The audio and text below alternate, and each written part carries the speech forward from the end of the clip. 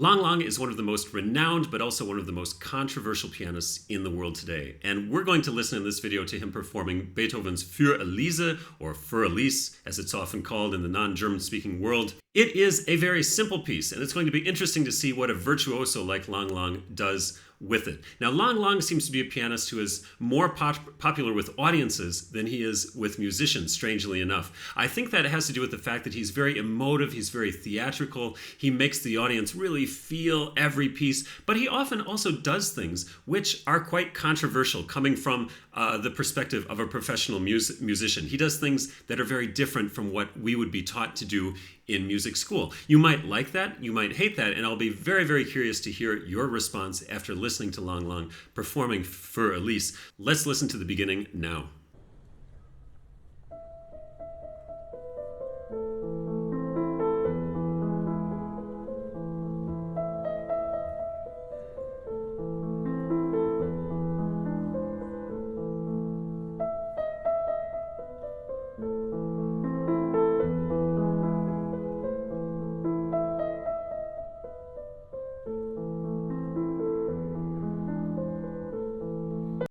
Now, one of the things you notice right off the bat with this performance is that the video editing is very bad. There are some really strange cuts. Watch Lang Lang. Watch as he plays. You'll see suddenly the camera switch from one perspective to another, and his hands will be in a different position. His face will be in a different position. So it's very, very obvious that they recorded multiple takes of this and spliced it together.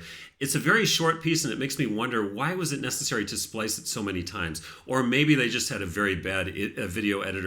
At any rate, that's a little bit disturbing, and it's something that I noticed not the first time I watched the piece, but the second time I picked up on it, and I can't stop noticing it now. Now, one of the things about his performance, which I think is somewhat controversial, he takes a very emotive approach to this piece, which is typical of Lang Lang. It's somewhat theatrical, it's very emotional, he's really feeling the notes and so forth. And that's great if you like that sort of thing.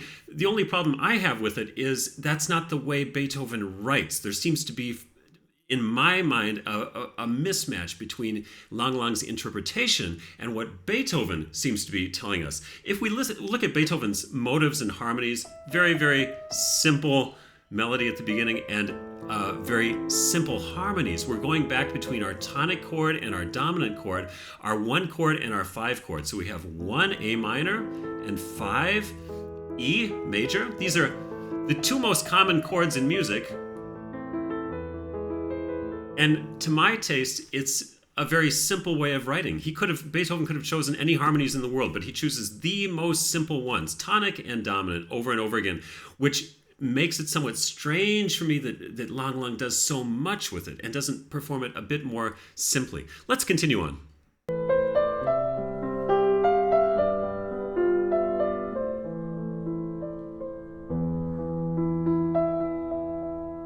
Now, I have to point out, this is also a somewhat romantic way to approach this piece.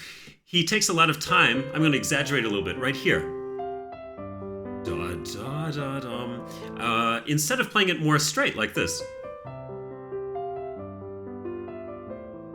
Now, again, it's perhaps a matter of taste. For my mind, it's too much. It doesn't match with the simplicity of Beethoven's writing, and it doesn't match with the classical style in which this piece is anchored. Let's keep going.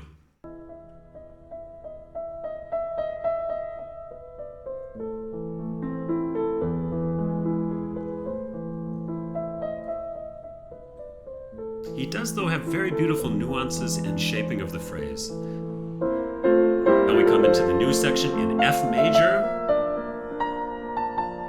Again, a very romantic gesture. You hear this sort of thing. That's really sort of hamming it up. Again, just too much, in my opinion.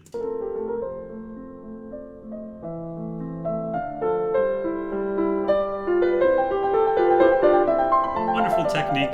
Very nice echo effect here.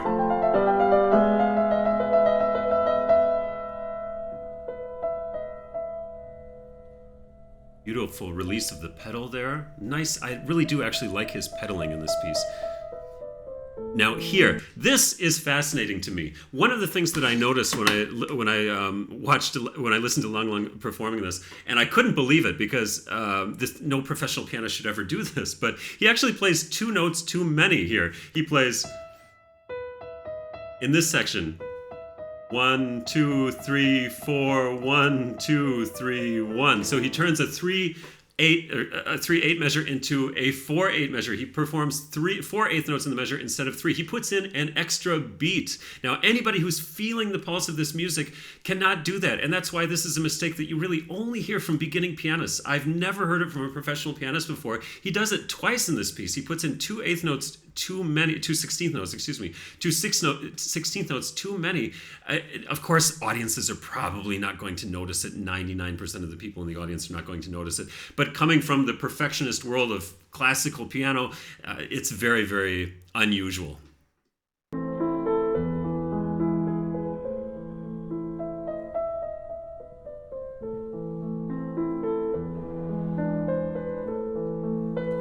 Now, he also puts in a note which Beethoven, to the best of our knowledge, did not write. It's this note, this D in this phrase.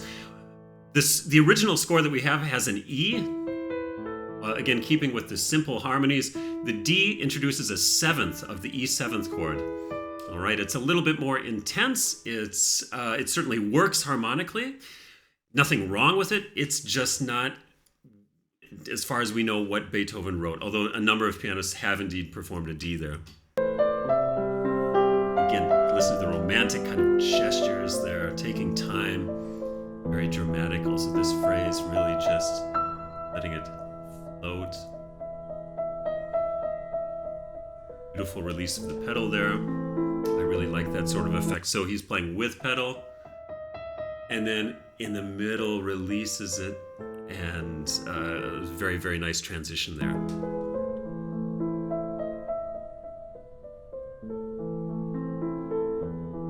Now coming into the next section. Listen to the bass here, the way it stays on the same note. Now this is what we call a pedal point or an organ point because of the organ pedals. One note in the bass is staying the same. We have these different harmonies on the top. We have a diminished chord in the right hand. We have a minor chord going up to another diminished 7th chord, very dramatic.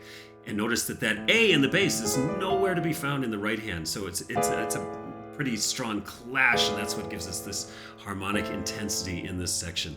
Let's continue on.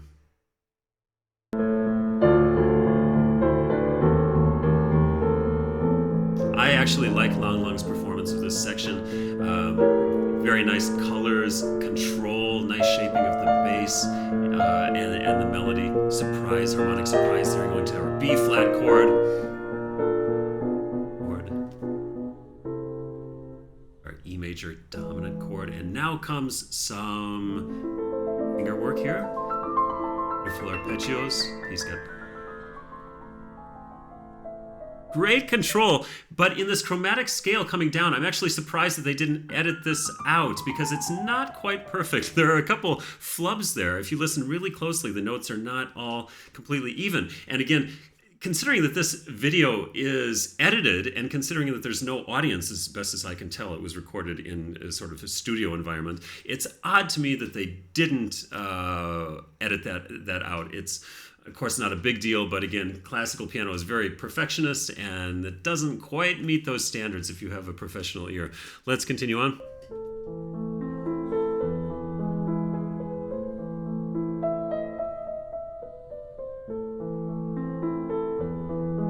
There's the D. And quite romantic. He's taking time with those phrases. Very much a matter of taste.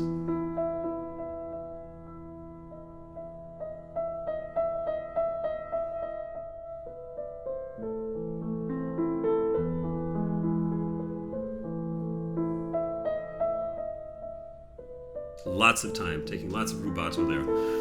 So, watch the cut at this end. He lifts his hand up, and now suddenly he's looking down. See, it's just another example of what kind of bothers me with this video editing. But at any rate, Talking about the piece, I think in general, if I were to perform it, I would go with a more simpler approach. And I know people always say, well, he's a world famous pianist, and who are you to criticize? Well, guilty as charged, I suppose, but I'm not obligated to like his playing any more than I'm obligated to like the politics of a politician just because they're world famous. Now, I'm not saying that he's a bad pianist, not by any means. He has an incredible technique. He has an incredible control of sound. He has an amazing ability to connect with audiences, and Lang Lang has brought so many people into the world of classical music, and for that, we can all be extremely grateful. Talking from the perspective of the musical performances themselves, the musical interpretations, oftentimes, as I said, for me, they're just a bit too theatrical, a bit too over the top. And if I were performing this piece, I think I would go personally for a more simpler approach, something like a bit faster and making less of a big deal out of everything.